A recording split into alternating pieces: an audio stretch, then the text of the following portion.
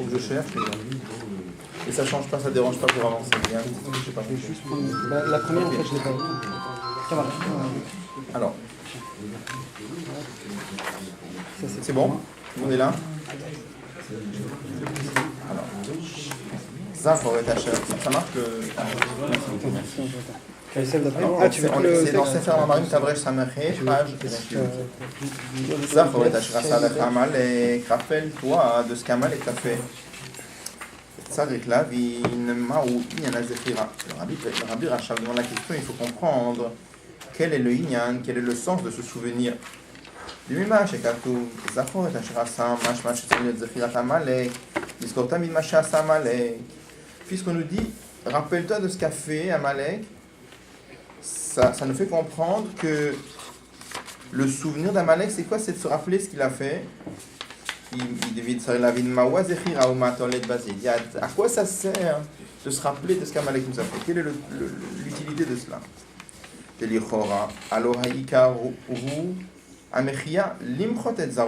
L'essentiel, c'est de savoir qu'on doit effacer Amalek. La question qui justifie la question, il dit, a priori, on nous dit dans la Torah deux choses. De se rappeler de ce qu'Amalek nous a fait, après il y a une mitzvah d'effacer le souvenir d'Amalek. À quoi ça sert de se rappeler? L'essentiel, c'est le côté technique et la mitzvah pratique. La mitzvah pratique, c'est d'aller faire la guerre contre Amalek et c'est tout. N'est-ce pas que l'essentiel, c'est le fait d'effacer. Et en vérité, on voit que dans le compte des mitzvot, il y a deux mitzvot bien distinctes. Mitzvah limchot zaro, il y a une mitzvah d'effacer Amalek. Le discours tamid machas salach Amalek, de se rappeler continuellement ce qu'il a fait. Bon, il y en a Zechira, il demande quel est le inyan, quel est le tochen, à quoi ça sert de se rappeler. Se rappeler pour l'éliminer. Il y a une mitzvah d'éliminer, ça suffit pour voir la. Non mais d'accord, mais pour l'éliminer, il faut bien que tu te rappelles. Il faut se rappeler qu'il y a une mitzvah d'éliminer. Mais dans ce cas-là, ça pose problème parce que si pour éliminer, il faut se rappeler, dans ce cas-là, la mitzvah de se rappeler, c'est un prat de la mitzvah d'éliminer. Alors là, c'est deux mitzvahs distinctes. Il y a deux mitzvahs. Ça, c'est le tochen qui demande la question, qu'est-ce que c'est le lien de se rappeler? C'est le thème de la Shoah. Dans la Shoah, c'est exactement les deux mots qui sont employés. Ne pas oublier et... Zachor al-Tishkar. Ouais, c'est la Shoah, c'est de la Shoah. Les Juifs n'ont pas oublié ce que nous ont fait les Allemands. Le travail de la mémoire, ne pas oublier. Le travail de la mémoire. Bien sûr. C'est la mémoire. C'est ce qu'ils font dans les écoles. Toujours. On n'a pas fait la moitié du chemin. Dans les écoles, ils font... Alors, dans le Midrash Tanchuma, il est rapporté Al-Pasuk sur le verset Zichronechem Mishle Efer Legabi Chomer Gabechem. Il faut que ça, apparemment, c'est un pasuk, je ne connais pas exactement le sens du pasuk, mais je n'ai pas de référence non plus pour pouvoir les regarder. Apparemment, là, dans la note en bas, il dit que dans la Midrash Tanchuma, il y a plusieurs éditions, il y a plusieurs versions. En fait, il faudra regarder dans le Pirouche de Rabbeinu Bachaye, parce que ce qui est mentionné ici, c'est selon la Girsa, la version du Midrash Tanchuma, tel qu'il est rapporté dans Rabbeinu Bachaye. Donc d'abord, il faut regarder dans Rabbeinu Bachaye, il faut avoir la référence exacte du pasuk, etc. Mais ça ne change pas tellement la suite. Enfin, on regardera Blineder, mais... J'ai une petite question à vous poser, enfin, qui a peut-être rien à voir. Quand Mashiach sera là, est-ce que Amalek existera ou on doit effacer Amalek. Amalek sera effacé? On devra faire. C'est à nous de l'effacer et à ce moment-là, Mashiach reviendra. Quand Mashiach viendra, une des premières choses qu'on va faire, c'est la guerre contre Amalek. Ah d'accord, donc Amalek connaîtra Mashiach. Mais non, je ne pas en texte. Non. Alors, dans le Midrash, c'est marqué, à propos de ce verset-là, je ne sais pas exactement quel est le sens du verset, mais j'essaierai de regarder. Qu'est-ce qui est marqué dans le Midrash? Il y a deux souvenirs que je vous ai écrits Torah. Une fois c'est marqué Zachor et Asher Asa, c'est marqué deux fois le mot souvenir. Une fois c'est marqué Zachor et Asher Asa, souviens-toi de ce qu'il a fait. Après c'est marqué Macho Emchet Zecher, j'effacerai le souvenir. Maou et vous ehirim baem. Faites bien attention à ces deux mots souvenirs que j'ai marqués. Une fois de se souvenir ce qu'il a fait, une fois on va effacer le souvenir. Faites bien attention à ça.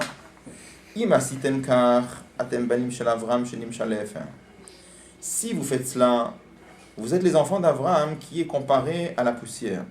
Shenema ve'anochi afar va'efer. C'est la cendre plutôt.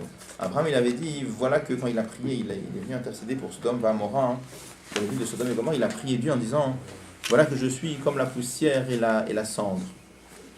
Donc Avram est comparé à la cendre. Il dit si vous faites cela, vous êtes comparé à la cendre, vous êtes les enfants d'Avram. Ou Beimlav, et sinon, si vous ne faites pas cela, Atkinu atzmechem le shibuda shel Mitzrayim. Faites bien attention, préparez-vous à être soumis à l'Égypte. Shene'emar bechomer ou bilvenim. Parce que dans l'Égypte, c'est marqué qu'ils travaillaient avec le ciment. Alors, quel rapport? Parce que dans le Midrash, c'est marqué, vous voyez, c'est marqué, on parle de Efer, on parle de Chomer dans le verset. Je ne connais pas le sens du verset, mais peu importe. Enfin, peu importe. On va avancer comme ça, mais je vais regarder. Et dans le verset, c'est marqué, vous voyez, Zichronechem, c'est marqué Efer et Chomer. Donc il y a la cendre et il y a le ciment. Il dit comme ça. Si vous effacez le souvenir d'Amalek, vous allez être les enfants d'Avram qui est comparé à la cendre. Et si vous effacez pas, si vous ne faites pas attention au souvenir d'Amalek, alors à ce moment-là, des pages. Alors non, elles sont encore À ce moment-là, vous allez préparez-vous à la soumission à l'Égypte, dans laquelle il y avait Chomer ou Bilvenim le ciment. C'est quoi le rapport de... C'est la question. Il dit a priori on ne comprend pas du tout. La guerre contre Amalek, c'était après la sortie d'Égypte. Quand le roi Shaoul avait fait la guerre contre Amalek, il avait désobéi. Il avait laissé le roi Agag vivant. Il avait laissé le meilleur du troupeau vivant pour faire des sacrifices. On ne trouve pas qu'après ça les Juifs sont retournés en Égypte qu'en punition.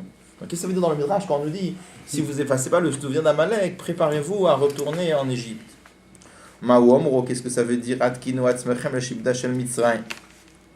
Préparez-vous à la soumission à l'Égypte. Vegam, encore une question. Qu'est-ce que ça veut dire préparez-vous à l'Égypte? C'est de quoi atkinu atzmechem? On met tout ça de côté pour le moment. On reviendra à la fin. D'abord, il faut comprendre en quoi consiste la klipa, l'impureté de ce peuple qu'on appelle Amalek. Des inactives, voilà qu'il est écrit Reishit goyim Amalek vacharito adeoved. Amalek, c'est le début des peuples et sa fin est qu'il sera détruit. Ce passouk-là, il est marqué dans la névoie de Bilam. C'est le prophète Goy. Il a vu Amalek, alors il a dit ce verset-là. D'Amalek ou Reshit le Cholagoim, Vacharito de Cholagoim. Amalek, c'est le début de toutes les nations et il est la fin de toutes les nations. Ushnem Emade Oved, et tous les deux vont aller jusqu'à la destruction. Dans Amalek, il y a un niveau de début et il y a un niveau de fin. C'est-à-dire, je vais expliquer. De la même façon que dans la Kdusha, dans le dévoilement de Dieu, il y a un niveau qui s'appelle le début et un niveau qui s'appelle la fin. Alors, à l'image de cela, et dans la symétrie dans le mal, Amalek, il a aussi ces deux yann-là. Qu'est-ce que c'est que ces deux niveaux dans la Kedusha, dans la sainteté, le début et la fin? Comme il est écrit, Ani Rishon, Vani Acharon. Akadosh Baruch Hu a dit, moi je suis le premier et moi je suis le dernier. Ani Rishon Hu, qu'est-ce que ça veut dire quand Dieu dit, moi je suis le premier?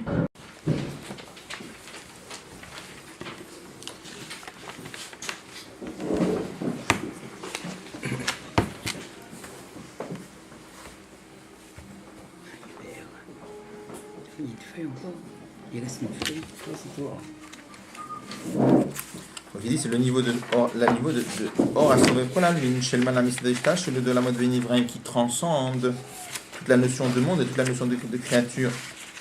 Kol Makom, cependant, Areu Makor le Cholaishtal, il est la source de tout l'enchaînement des mondes. La Chen Nikra Rishon, la Hem, pour ça on l'appelle Rishon. Tout le Seder Ishtal Shelut provient du niveau de Soev Kolalmin. Pardon, juste pour moi. Rishon, ça veut dire Soev Kolalmin, c'est ça? Je suis désolé. Oui, c'est ça qu'il dit. Rishon, ça représente Soev Kolalmin.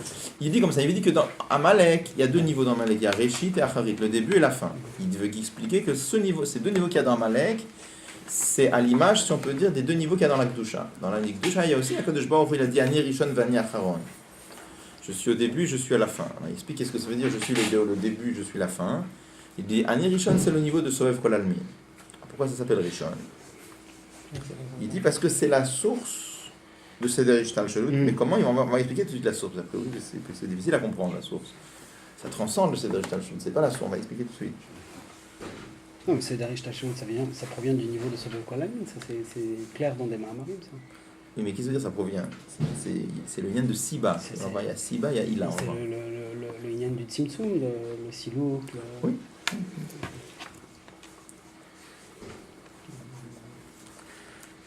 Il y a tout, hein, comme il est connu, hors de Memale Kol Almin, que les dévoilements de Dieu qu'on appelle Memale Kol Almin, ce niveau de Dieu qui se contracte et qui s'investit dans le monde pour faire exister le monde, Areneuhunim Shach, mais Oren Sof Asof Kol Almin, ça provient de ce niveau de Dieu qu'on appelle Sof Kol Almin, transforme le monde. Kmoshkat ou Be'etzraim, comme c'est marqué dans Etzraim Beinyanam Shachat Akav, à propos du dévoilement de la lumière de Dieu qu'on appelle Orakav, le trait de lumière. Des Imayot. Ça se dit bien que. C'est une charade Des Imayot. Des Imayot, pardon, j'ai sauté, regarde. Des Imayot chez Nimshach Aledeat Tzimtzum, bien que le Or a memalé, il provient avec le Tzimtzum. Mais quand même, ça vient du niveau qui est Soev Kol Almin. Comme c'est marqué dans Etzraim Beinyanam Shachat Akav, à propos de la lumière qu'on appelle Orakav, le trait de lumière. Chez Nimshach Acharat Tzimtzum, qui vient après le Tzimtzum, de Shou Shou, mais Orensof, chez Lifnei Tzimtzum. S'il provient du Orensof qui était avant le Tzimtzum.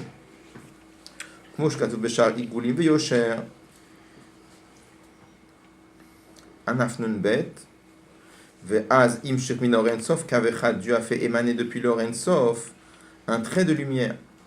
Ve'rosh ha'elyon shel hakav nimshach min ha'ensof atzmo.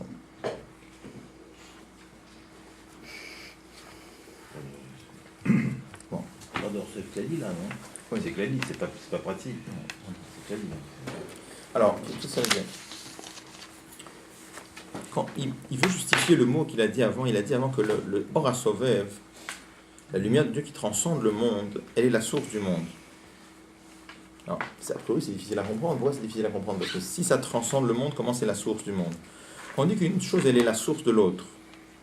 C'est-à-dire qu'il y a un cachet entre les deux, il y a une relation entre les deux.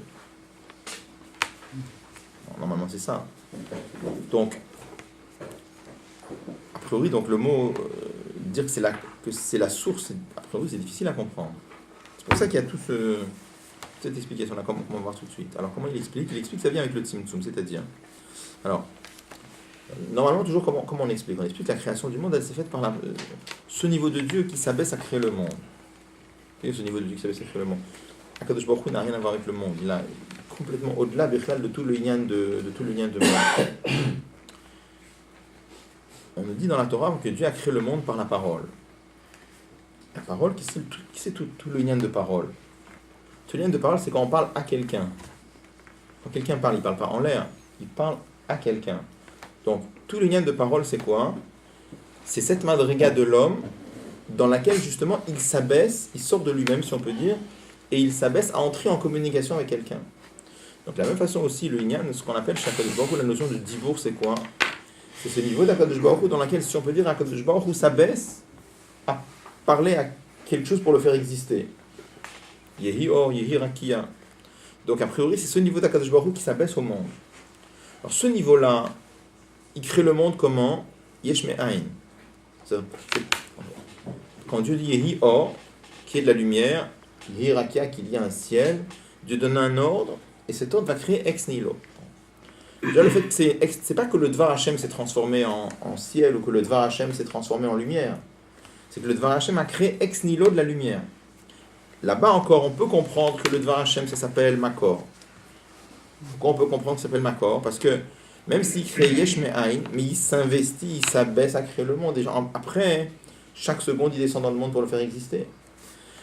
Maintenant, il y a le niveau de Dieu qui s'appelle Sovev Kol Almin. Qu'est-ce que c'est que Sovev Kol Almin? Sovev Kol Almin, c'est ce niveau de Dieu qui transcende le monde, qui n'a rien à voir avec le monde. Donc quand on nous dit que ce niveau-là, il est Makor, il est la source du monde, c'est beaucoup plus difficile à comprendre. D'accord? Alors il explique que quand même, quand même, il a une relation très lointaine avec le monde. Pourquoi? Parce qu'il explique que ce or a sauvé, ce or a même allé, c'est-à-dire cette lumière de Dieu qui s'abaisse à créer le monde. Comment est venue cette lumière? Ici, les Sifri Kabbalah, c'est marqué qu'elle est venue par le Tzimtzum qu'il y a eu dans le Or Ein Sof. Donc ça veut dire que pour qu'il puisse y avoir ce niveau de Dieu qui s'abaisse à créer le monde, il fallait déjà qu'il y ait ce niveau de Dieu qui transcende le monde. Et à ce titre-là, il est Makor. Mais le mot Makor qu'on utilise ici, c'est pas du tout le même Makor que quand on dit Makor en général ou quand on dit le mot Makor pour Memaleh Kol Almin. Là, c'est un Makor beaucoup plus lointain. Comme on va expliquer après que c'est un yan de Siba. On sait que quand on parle de cause, on va voir que dans les Sfarim, on va dire qu'une chose elle est cause pour une autre. Il y a deux façons de parler de cause. On peut utiliser le mot Siba, cause. On peut utiliser aussi le mot Ila. Les deux, ça veut dire cause. Quelle est la différence entre les deux? La différence entre les deux, c'est que Ila, c'est une cause qui s'habille dans la conséquence pour qu'il y ait la conséquence. Ila, Siba, il reste à sa place, il ne descend pas. Et lui, il est cause qui fait qu'à plus tard, il y aura. Donc c'est une cause beaucoup plus lointaine. Mais à ce titre-là, il justifie le mot Makor. Est-ce qu'on va voir? Le mot Siba, il est en rapport avec le mot Sovev ou alors aucun rapport? Je me suis posé la question, mais je sais pas. Jamais vu écrit ça. Le Sovev dont on parle ici, c'est au-dessus de Atzilut, n'est-ce pas? Des fois, Atzilut, on l'appelle Sovev. Oui. C'est vrai, c'est au-dessus. Oui, au-dessus. Alors, qu'est-ce qu'il appelle le Or Akav, le filet de lumière? C'est marqué dans les Sifri Kabbalah que quand Dieu. Le mot qui est marqué dans les Sifri Kabbalah, c'est marqué comme ça. Qu'au début de la création du monde, c'est marqué Aya Or Ein Sof Memaleh et Akol, il y avait la lumière infinie de Dieu qui remplissait tout. Velo Aya Makom la Vidata Olamot, il n'y avait pas de place pour créer le monde. Évidemment, place pas dans le sens place espace, d'accord? Place dans le sens possibilité d'existence. Quand on dit en France, même en français, quand on dit par exemple cette chose n'a pas lieu d'être, on dit ça n'a pas lieu, on ne parle pas de place. Ça n'a rien à faire ici, c'est ça que ça veut dire.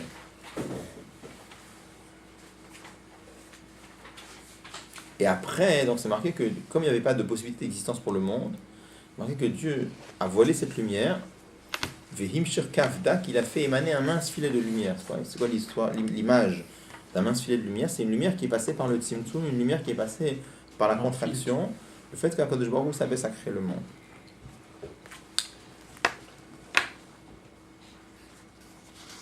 La lumière qu'il a mis de côté, en faisant le vide, cette lumière, c'est quelle lumière? Ça, c'est l'Or HaSovev. Il redevient avant le Or, quand on dit qu'il a mis de côté, ça veut dire qu'elle est voilée, mais elle ne bouge pas. Hein. Mais avant le Tzimtzum toujours. Oui. Il dit de la même façon aussi, l'enchaînement de tous les mondes sont créés par le Or HaSovev. Elle a seulement chez Or Ein Sof HaSovev Kol Malmin. Regardez les mots. Eino biprinat makor mamash el olamot. Il n'est pas un makor mamash. Quelle différence entre makor et makor mamash? Makor et makor mamash, ça veut dire est-ce qu'il descend, il s'habille dans le inyan ou non? Elle a bederer siba lahem, mais il est juste siba. Qu'est-ce que c'est siba? Il explique. Kedua sheyesh ilata ilot vesibat asibot. On se souvient dans le Tikkun Zohar, c'est marqué que Dieu il est la cause des causes, ilata ilot vesibat asibot, est la cause des causes. Quelle différence quand on dit ila ou siba? Des ilata ilot, quand on dit que Dieu il est ilata ilot, la cause de toutes les causes, biprinat memaleh kol almin shou, biprinat makor mamash. Là-bas il est makor mamash. Qu'est-ce que ça veut dire makor mamash? Une vraie source. Il s'investit dans le inyan, il s'habille dans le inyan. Ukmo be'ila ve'alul, she'em berer zelazeh.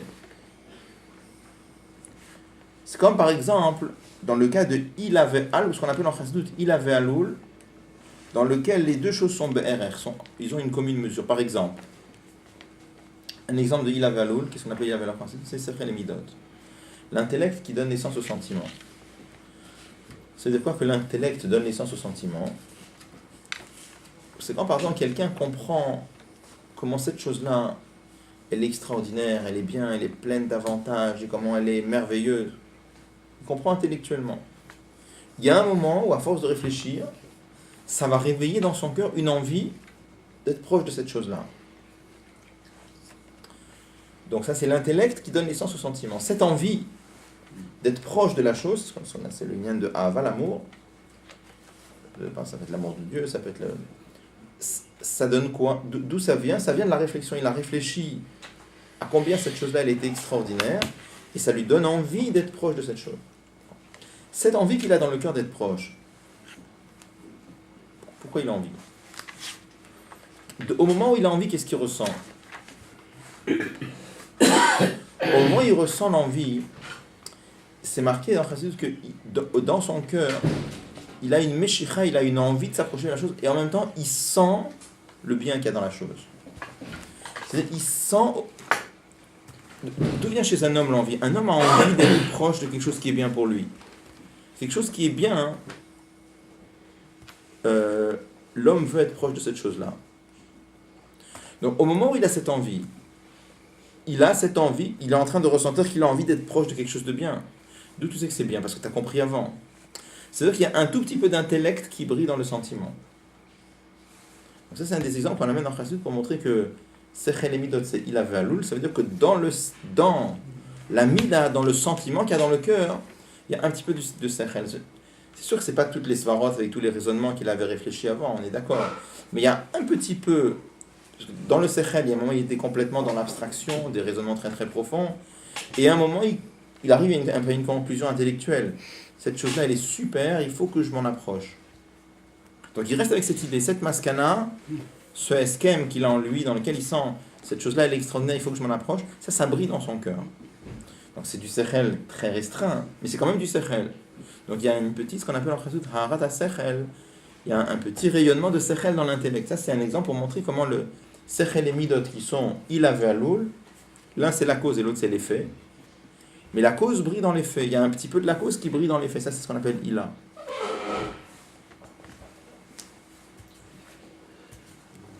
Vous voyez les rochers Thévot qui après Ember et Zelazeb. C'est ce que c'est? Vous voyez les rochers Thévot après? Oui, Sibat Asibot. Et Sibat Asibot, par contre, le niveau de Sibat Asibot, il y a beaucoup de rochers Thévot ici, il faut les connaître une fois pour toutes parce que c'est Aïn Vav. Rachet Tovot, c'est quoi? Les initiales. Ah, d'accord. Quand vous voyez Aïn Vav, Aïn, c'est Ila ve'alul. C'est Rachet Tovot ou Tovot? Rachet Thévot. Rachet Tovot. À cause des causes. Sibat Asibot, quand on dit dans le Zohar que Dieu il est la cause des causes, ou Biprinat Sovev Kol Almin. On parle de quel niveau de Dieu? On parle de ce niveau de Dieu qui est Sovev Kol Almin, Sheukmo Siba la Olamot. Il est comme une Siba. De quoi une Siba? Il reste lointain, il ne s'habille pas dans les mondes. Comme c'est marqué, c'est expliqué ailleurs, c'est pas vraiment le sujet ici. Tout ce sujet-là, il le mentionne, c'est pas du tout le sujet ici. Pourquoi il mentionne ça? Pour parler d'Amalek. Parce que, c'était encore une ligne. Non, je crois pas. Non, c'est bon. Non, c'est bon. Attends. Bon. Ah oui, non, c'est Siba la Olamot, Hainu Sheu Muvdal. Et comme Moshe Katoub D'accord. Makom Acher, ça c'était Oui, une ligne. ok. Alors, Sheukmo Siba la Olamot, Vehainu Sheu Muvdal Be'erech. Il est comme une Siba. Qu'est-ce que c'est un Siba? Vous voyez comment il explique le mot Siba? C'est quoi? Muvdal, il est séparé. C'est l'opposé de Ila. Ila, ça veut dire il est une cause, mais il est une cause comment? En pénétrant dedans. Siba, c'est être la cause en restant à distance. Pourquoi tu dis pas c'est Makor Mamash là? Comment? On dit pas ça Makor Mamash. Ça, c'est pas Makor Mamash. Makor Mamash, c'est quand ça s'habille. Ila, c'est Makor Mamash. Pour Siba, il dit c'est Makor, mais c'est pas Makor Mamash.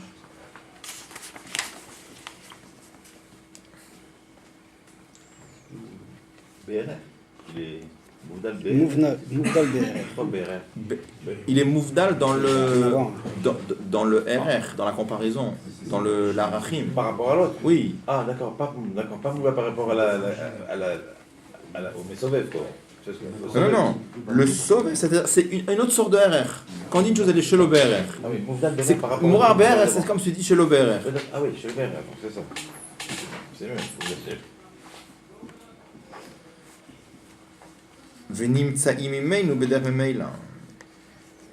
Et le monde est porté à l'existence à partir du Sovev automatiquement. Comme c'est expliqué ailleurs. Qu'est-ce que ça dit même là? Hein? Non, c'est aussi retenu. Quelle différence? C'est-à-dire comme ça. On a déjà parlé une fois qu'il y a l'existence du monde telle qu'elle vient par le niveau de Dieu qu'on appelle le Malek Kol Almin. Et il y a aussi l'existence du monde telle qu'elle vient par le niveau de Sovev Kol Almin. Simplement, quand ça vient par le niveau de même Malek Kol Almin, ce niveau de Dieu qui s'abaisse à créer le monde. Alors le monde, il a une Tfisat Makom. Par contre, la création du monde telle qu'elle est de par Sovev Kol Almin, elle se fait automatiquement. Qu'est-ce que ça veut dire automatiquement? Automatiquement, ça veut dire sans s'investir. C'est comme, imagine, je reprends l'exemple qu'on a déjà pris plusieurs fois, on avait parlé de ça. Imaginez par exemple un maître qui parle à un élève. D'accord? C'est le moment où le maître il parle à un élève, il s'investit ou il s'investit pas? Il s'investit, sinon c'est pas un maître.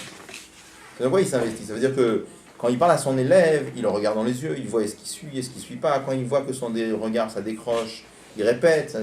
C'est comme ça que, je veux dire, un vrai maître qui enseigne à un élève, il s'occupe de lui, il voit est-ce qu'il a bien compris, il l'interroge.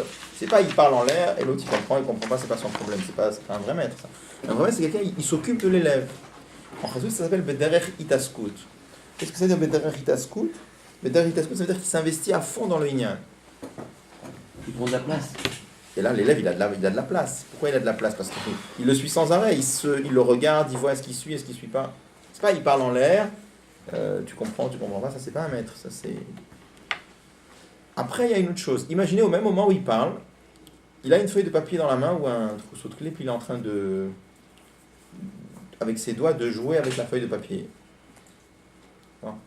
En même temps qu'il parle, il est tellement pris dans ce qu'il est en train de dire qu'il a une feuille de papier dans les doigts, il est en train de faire tourner la feuille de papier autour de ses doigts. Ça, c'est quelque chose... Il s'investit dans ça ou il s'investit pas dans ça? Comment? C'est sans investissement de sa part. C'est-à-dire que c'est sans investissement de sa part. C'est lui qui le fait. Mais ça se fait presque tout seul. Ça n'existe pas. D'accord? C'est lui qui le fait. Mais il le fait sans se rentrer la tête là-dedans. Il n'est pas du tout investi dans cet acte-là. Alors c'est vrai, vous avez raison quand vous dites qu'il s'investit un petit peu quand même, parce que sinon ça ne se ferait pas. Chez l'homme, ça n'existe pas quelque chose qui se fait là, c'est-à-dire je fais rien et la chose elle se fait, ça n'existe pas. D'accord? Mais chez Akadosh Baruch Hu, ça existe. Ça s'appelle Vedach Memail. Il ne s'investit pas du tout. Et la chose, elle se fait quand même. Donc ça, c'est ce qu'on appelle... Alors, très attention, on explique, on insiste beaucoup, quand on dit que ça se fait Vedach Memail, comme tu as souligné, ça ne veut pas dire que ça se fait sans sa volonté. Il n'y a rien qui échappe à la volonté de Dieu, d'accord?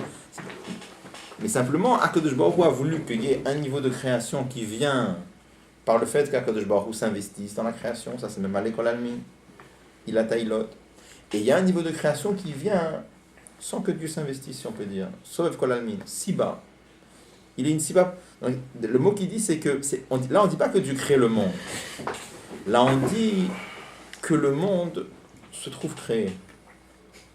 Et c'est ça, on avait déjà vu, on avait parlé, il y a plusieurs mamarim où le Rabbi rapporte ça. Il y a par exemple des versets où on parle de la création du monde à l'actif. Marqué Brégit, Bara Elohim à l'actif. Après, il y a des versets où c'est marqué au passif, qui va venir où le monde a été créé. Pas marqué que Dieu l'a créé. C'est marqué qu'il y a l'eau et Shem Hashem qui.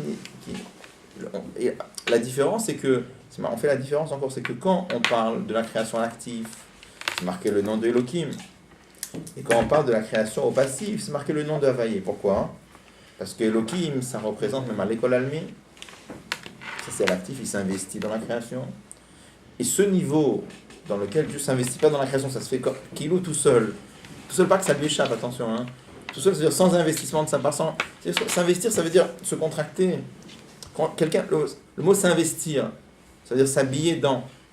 S'habiller dans, ça veut dire je descends de Madriga pour me mettre dans. Mais chez un homme, ça n'existe pas, que l'homme il reste comme il est, c'est-à-dire sans aucune irridate, et la chose elle se fait. Alors, il y a des exemples, l'exemple que j'ai pris avec la feuille, c'est un tout petit investissement, mais c'est un investissement quand même. Donc on n'a pas d'exemple réel. J'ai donné ça pour montrer que si tu compares l'investissement dans la feuille de papier par rapport à l'autre, c'est chez l'Aubert, d'accord? Mais chez Akadosh Baruch Hu, c'est vraiment sans investissement. On n'a pas d'exemple. On n'a pas l'exemple du soleil qui éclaire dans l'endroit sans... Il éclaire de la même manière de partout, sans chercher à... Sans s'investir dans... Ça, c'est l'exemple qu'on donne pour quelque chose qui se fait peut-être même là. Mais ça crée rien.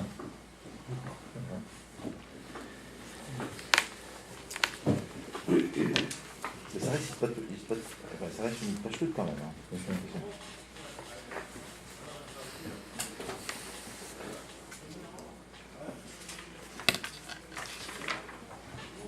Et là, il rajoute une écoute. Il dit Veyesh Lomar. Il dit on peut même rajouter. כמו כן לגבי אור דממה לכל העלמין נקרא אור הסובב בשם סיבה. Je sais pas si il reste. Il reste une feuille, non? Attends, c'est dans le paquet du tout. La même il rajoute encore une ékuda. Là, on a expliqué que Sovev Kol Almin par rapport au monde, il est du Prinat Siba. Là, il rajoute que Sovev Kol Almin. Là, il rajoute. Bien. Là, il rajoute que Sovev Kol Almin, il est Siba même pour Memale Kol Almin. Ça veut dire quoi? Ça veut dire que le Or à Memale, c'est pas qu'il va induire le Or à Sovev de façon que le Or à Sovev s'investit pour qu'il y ait le Or à Memale. C'est que deux Or à Memale deux Or à Sovev sans investissement de sa part, il y a le Or à Memale. Regardez les mots. Veyesh Lomar, on peut rajouter Dikmo ken legabe Or du Memale Kol Almin par rapport à Or à Memale. Nikra Oren Sofa Sovev Kol Almin Beshem Siba. Pourquoi? Le fichier Or à Sovev Kol Almin a remouvdal miprinat Memale. Parce que le Or à Sovev, il n'est pas simplement séparé du monde. C'est pas juste qu'il a rien à voir avec le monde. Il a même rien à voir avec l'Or à Memale. Vehu Kmo Siba, il est comme une cause lointaine. Chez mes Or à Sovev nimtza prinat Or à Memale. Que de ce Or à Sovev va découler plus tard le Or à Memale, mais c'est pas une cause proche. Pourquoi plus haut l'appeler Comment alors Sovev, il ne peut pas l'appeler Rishon alors Sovev ici? Il n'est pas Rishon, parce qu'il a une cause, il a une Siba au-dessus. Ça contredit dans les deux débuts. Et Omnam le Gabé Anivraim Vadayaru Prinat Siba Levad. Donc à plus forte raison, c'est sûr que pour les créatures il s'appelle que Siba. Mais Kolma Kom, regarde. Mais Achar Shimenu Hakol, puisque tout vient de lui. Nikra Rishon Lahem. Pour ça, il se porte le nom de Rishon. Étant donné qu'il est que Siba, même Siba lointaine, mais à cause de ça, le Or Asov, il s'appelle Rishon. Prinat Acharon, maintenant quand Dieu dit, moi je suis le premier, je suis le dernier, et qu'est-ce que c'est que le niveau de Acharon? Ou Prinat Acharit Amadregot, c'est la fin des niveaux de Dieu. C'est-à-dire, Acharit Amadregot Elokut, Mashemit Besh Bolamot Venivraim, Lavot Amolachayotam, c'est ce niveau de Dieu les plus bas. Les niveaux de Dieu le plus bas qui s'habillent dans le monde pour le faire exister. De façon générale, qu'est-ce que c'est? C'est la force d'action de Dieu. C'est ce niveau d'Akadosh Baruch Hu qui s'habille dans les mondes les plus bas. Plus particulièrement, ce niveau de Dieu qui s'habille dans la création pour la faire exister chaque fraction de seconde, ce qu'on appelle en Chassidut Koach HaPoel Benifal, la force du Créateur dans la création. Il dit comme par exemple chez un homme, la force d'action qui s'investit dans quelque chose qui est séparé de l'homme. Il y a quelque chose qui est sans aucune commune mesure, même par rapport à la force de l'action. Comme par exemple la force de mouvement qu'il y a dans l'homme. La force de mouvement qu'il y a dans un homme, c'est quelque chose de spirituel. C'est une force de la neshama qu'il y a dans l'homme. Et quand l'homme jette une pierre, par exemple, alors il y a quelque chose de physique qui se réalise. C'est impressionnant, le corps chazrika, on ne se rend pas compte. Mais on prélève une énergie de la vitalité de la neshama qui va donner un mouvement physique. C'est impressionnant. souvent on ne se rend pas compte, le Koach Hazrika, c'est impressionnant. Le fait de jeter. Quand on jette une pierre, il y a un mouvement physique qui est réalisé. Grâce à quoi? Grâce à la neshama de l'homme. C'est... Pourquoi grâce à la neshama? Parce que comment un homme il jette? Parce qu'il est vivant. D'accord. Mais ça n'exprime pas la neshama. Non, ça n'exprime pas la neshama, on est bien d'accord. Il dit Uprinata Acharit Amadrigot de Elokut. Ça, c'est un niveau. Chez un homme, c'est un niveau très bas. Mais c'est quand même le spirituel, le Koach Hazrika, d'accord? Donc chez Dieu, ça, c'est ce niveau de Dieu qui s'habille dans la création pour la faire exister. C'est un niveau qui est très très contracté par rapport à Ora Sovev.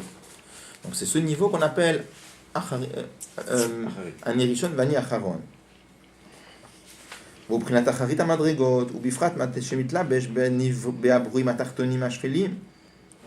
Et plus particulièrement ce niveau de lumière divine qui s'habille dans les créatures les plus basses et les plus grossières, chez Betachtit Haaretz, qui est dans les parties les plus basses de la terre, Mitachat Zero Otolam, en dessous des piliers du monde, chez Oprinat Acharon Abeyoter, c'est un niveau très très bas. Pourquoi on a parlé de tout ça, encore une fois? C'est pas ça le sujet ici, parce qu'on veut parler d'Amalek. Il dit Kmo Ken Yesh Belumad Zegam Ken Prinat Rishit Vacharit. De la même façon que dans la Kedusha, on vient d'expliquer qu'il y a deux niveaux. Il y a ce niveau de Dieu qui est même Malek Kol Almin, et ce niveau de Dieu qui est Sovev Kol Almin. Sovev Kol Almin, c'est ce niveau qui s'appelle Anirishon.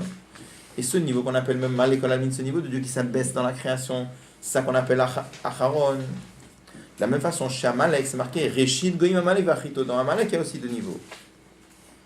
Amalek, Reshit Lechol HaGoyim. Amalek, d'un côté, il est Reshit de tous les Goyim. C'est-à-dire, Dagam chez Mouvdal Be'erech Mem, bien qu'il est séparé de eux. Nikol Makom, avait aussi Balem. Qu'est-ce que c'est la Reshit? Pourquoi on dit pilier, on dit pas des puits profonds? C'est quoi?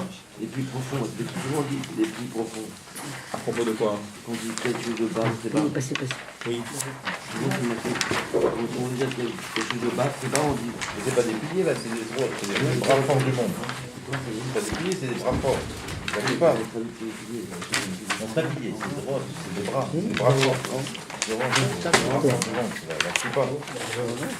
Ah non, c'est Reshut Bet. Attends, Ah oui, non, pardon, c'est Reshut Bet. Je sais pas si vous avez la bonne page. Ouais, c'est bon. C'était la bonne, mais Eh ouais. ensuite, il n'a pas pris assez. Qui c'est qui n'est pas là? Qui n'a pas eu Fred? Côté animal. Qui c'est qui n'a pas eu? Fred. Hubert, il a eu. Reshut bête encore. Hubert, tu as eu? Ah, c'est Reshut bête, il faut? Ouais. Alors, on dit la même chose à Malek, car aussi Balem, d'un côté, il est la Siba pour la Klipa des Goïm. Vegamo, Acharit de Cholagoïm, et de l'autre côté, il est Acharit, il a les deux. De Goïm et Namidot Raot. Qu'est-ce que c'est que les Goïm? Donc, il est question ici, les Goïm, ça représente les mauvaises Midot. Vachrit Shelaem ou Peulat Arabe Poer. Qu'est-ce qu'on appelle Acharit? La fin des Goïm. La fin, c'est le niveau le plus bas. C'est quoi? Les mauvaises midot, ça amène à un mauvais comportement. C'est la réalisation du mal. Donc, Amalek, il a les deux. Et il est la siba des mauvaises midot. Et il est acharit. C'est-à-dire la concrétisation du mal, ça vient aussi de lui.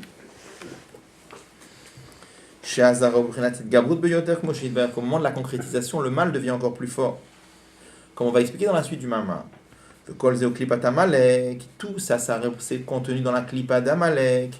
Vehu adeoved, et c'est sur ça qu'on dit qu'il doit être détruit. Donc là, il a affirmé quelque chose, mais il n'a rien expliqué encore. Il nous a juste dit qu'Amalek, il a le niveau de Acharit, les mauvaises le niveau de Reshit. Il est la Siba des Midot Raot. Et il est Acharit. Mais il n'a pas expliqué. Là, ça commence ou la Vinze. Pour comprendre ça. Là, on parle jamais de Klipat Noga ou des choses comme ça, où c'est des midot raot, mais qui peuvent être élevés, qui peuvent être transformés en sainteté ici. Là, on parle que des shlosh Klipat Atmeot. On va voir après. On parle des C'est mauvaises... pas aussi simple. D'accord, ok. Alors, il y a quelque chose à élever chez Amalek ou pas du tout? Chamalek, Non, a priori, non. Ouais, donc c'est un peu contradictoire.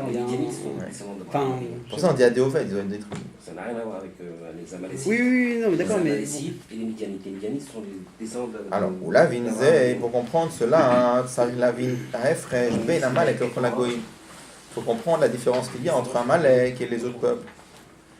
La goïm barerou, sauf kol sauf, le lobik douchin. C'est marqué que finalement, toutes les nations vont se raffiner et vont être englobées dans la Kedusha. Comme il est écrit dans la prophétie de Yeshayahu, c'est marqué Az efor elamim safa berura. Je vais transformer toutes les nations d'une langue claire, likro kulam beshem Hashem, et tous se mettront à invoquer Dieu. Vamalek ein lo biru vetikun klal. Par contre, Amalek, il n'a pas de réparation possible. Varito adeovedav, car à la fin d'Amalek, c'est la destruction.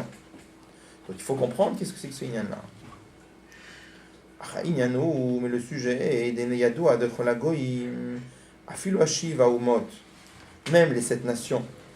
Aknaini vachiti ein le umadze de midot bilvat. Ils sont l'opposé, ce qu'on appelle le umadze, la symétrie dans le mal des midot de Kedusha. Ça veut dire, il y a 7 midot. Je sais que dans les sentiments, il y a 7 midot, qui sont l'amour, la crainte, la miséricorde et les leurs dérivés. Et il y a la même chose dans la klipa, dans le mal. Donc il dit, les 7 goïms qu'il y avait en Eretz Israël, eux, ils sont le umadze, ils sont la symétrie dans le mal des 7 midot de Kedusha. L'union de Midian, c'est pas... Il y a un des Mahamari aussi sur Midian qui fait détruire Midian aussi. Ouais. On mène aussi ce lien que Midian, c'est aussi le shoresh du mal. Ouais. Il faut voir après quelle est la différence entre eux.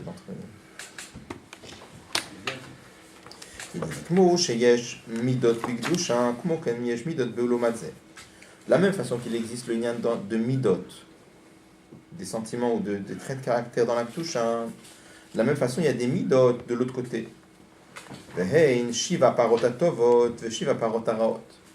C'est porté en allusion dans la Torah quand on nous dit que Paro il a vu les 7 vaches, les 7 bonnes vaches ou les 7 mauvaises vaches. Ça représente les 7 midot de Kedusha et les 7 midot de l'autre côté. Shalze Amorazal, et au sujet de ces midot raot, nos maîtres ont dit Ein over avera elaim ken nichnas bo ruach shtut. Qu'un homme ne fait pas d'avera que s'il y a en lui le lien de ruach shtut. Excusez-moi, ruach shtut. L'esprit de folie, c'est ce qu'on avait appris dans l'autre mamar.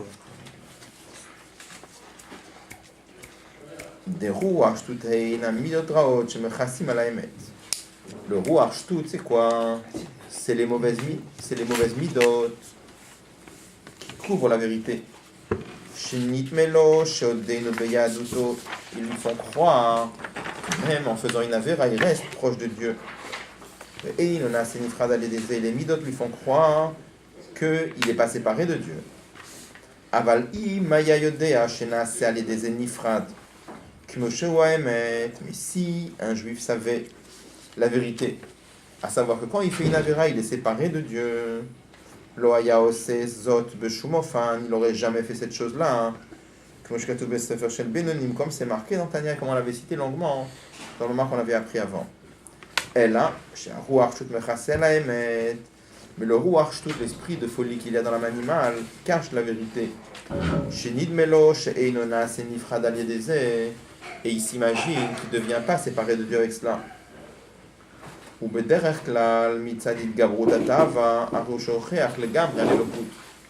Quand par exemple un juif est pris par une envie,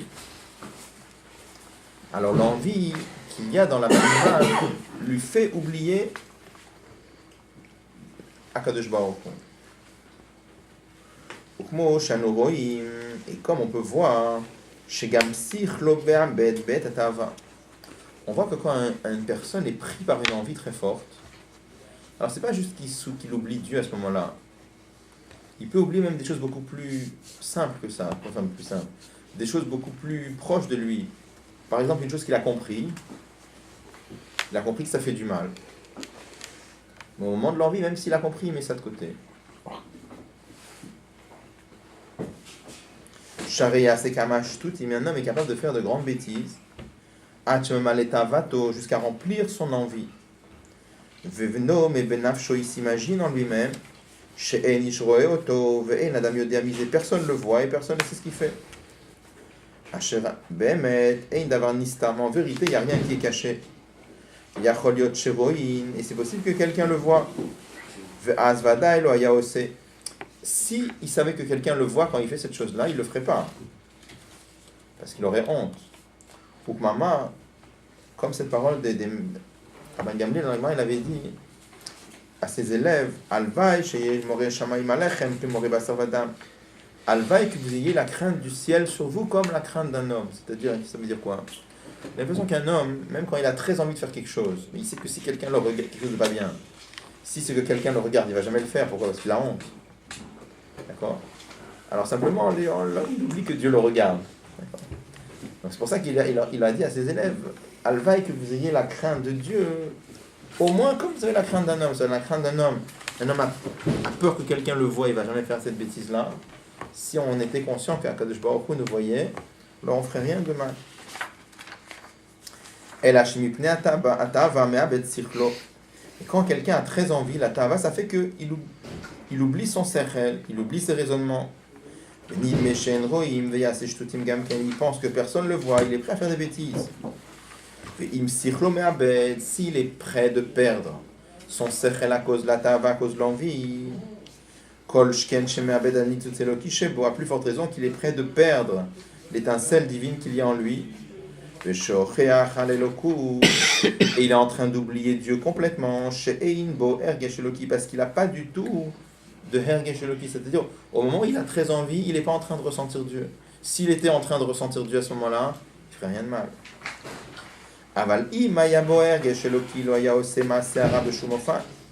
Si le juif, au moment où il a envie, il avait un hergesh, il avait un sentiment divin en lui, il y avait quelque chose de divin qui brille dans sa neshama, il n'aurait pas fait cette mauvaise action. La zod bet minaitim, et c'est pour ça que de temps en temps, quand la lumière de Dieu brille dans sa neshama, comme par exemple dans un moment spécial spirituellement, comme les 10 jours de Teshuvah, que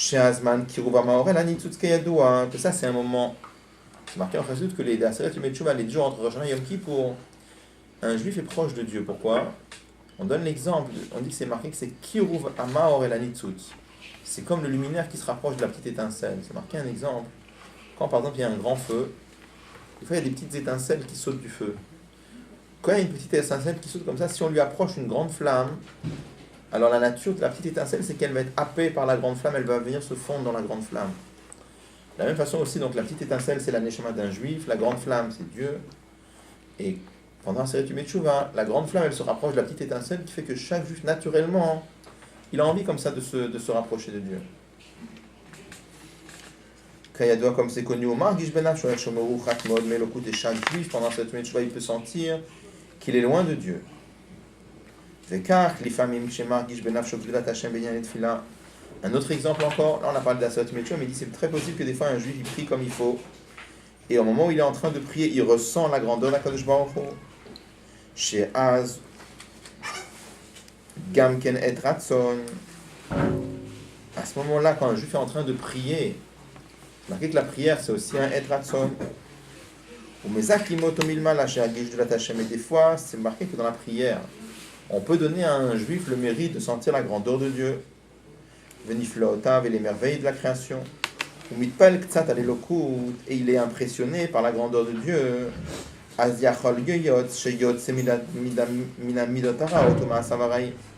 C'est quelque chose qui va l'aider de sortir de ses mauvaises midot, de ses mauvais traits de caractère ou de ses mauvaises actions. Pourquoi? Parce que la raison essentielle pourquoi un juif ne peut pas faire du mal, pas parce que le juif il cherche de se séparer de Dieu. Comment ça peut arriver? Il dit, pourquoi un juif des fois il fait des choses qui ne sont pas bien? Pas parce qu'il a envie de se séparer de Dieu, mais c'est parce qu'il a très envie de faire ça. Il a une âme animale, et son âme animale, elle a envie de quelque chose. Et à ce moment-là, il oublie Dieu. Et quand il va se rappeler de Dieu, grâce à la prière, grâce à Seret Teshuvah, il peut sortir de son envie. Kikachi Amida Bemidot Araot. Il dit parce que c'est comme ça la nature des mauvaises midot. C'est quelque chose qui bouche le cerveau et qui bouche le cœur au point qu'on ne ressent pas Dieu. Et c'est ça la cause qui fait qu'un juif peut faire du mal. Donc qu'est-ce qu'il veut montrer par tout ça? Il veut montrer avec tout ça que toutes les mauvaises midot qu'il peut y avoir chez un juif, c'est pas que Be'etzem il est comme ça. Qu'est-ce que c'est pas que Be'etzem il est comme ça? Un juif, quand il prend l'exemple de la tava par exemple, un juif il a très très envie de faire quelque chose de pas bien. Alors des fois ça va arriver que le Nefesh Habam il lui fait croire qu'il est proche de Dieu, donc il va faire le mal. Mais si au même moment où il avait la tava, il a envie, il était en train de sentir la vérité, il ne ferait pas. Donc ça veut dire quoi? Qu'est-ce qu'il veut montrer avec ça? Que les mauvaises midot, c'est réparable.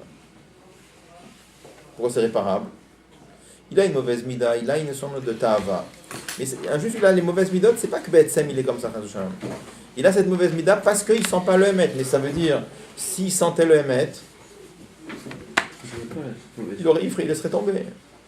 Donc les mauvaises midot, c'est réparable. Donc, tout ça, c'est la chambre. Je pense que c'est l'heure de... L'idée qu'il veut expliquer ici, c'est que toutes les liens des Shiva Midot Raot, on peut les raffiner. On peut arriver qu'un Amalek, on ne peut pas. Un Amalek, il faut détruire. Mais les Midot Raot, c'est quelque chose qu'on peut raffiner. Pourquoi? Parce que ce n'est pas quelque chose qui est Be'etzem. C'est ça, parce qu'il y a une cause. Mais si tu répands la cause, il ne ressent pas le Emet. Mais s'il sentait, oui, le Emet, il y a plein de choses qu'on apprend à quelqu'un qui est orgueilleux. Il est orgueilleux parce que, par exemple, il s'imagine qu'il est très riche ou il est très intelligent. Ah, pareil.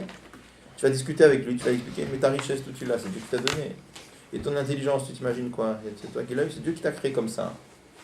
Donc, il n'y a pas de quoi t'enorgueillir avec ça. Alors, il va comprendre, il va changer. C'est-à-dire que les midot raot, c'est quelque chose qui peut... Il y a un tikkun possible. Par contre, on va expliquer après qu'Amalek, non, on ne peut pas. Ça va être l'enchaînement. Mamar que le Rabbi a cité plein de fois. Je pense qu'il y a je ne sais pas, une des années, le Rabbi a dit lui-même le Mamar. Je ne me rappelle pas quelle année c'était. Il a dit Bekitsour. Je ne sais pas dans quelle année il en aurait pu le prendre. Le Rabbi lui-même, il a dit ce Mamar-là. C'est quoi ça? Un Rachab? Un Rachab, oui. Il y a une année, mais je n'ai pas retrouvé quelle année c'était. Il y a une année où le Rabbi lui-même, il a dit ce Mamar-là. Il y a plein de ces photos où le Rabbi le cite. C'est pour ça que je voulais l'apprendre. C'est dans un style.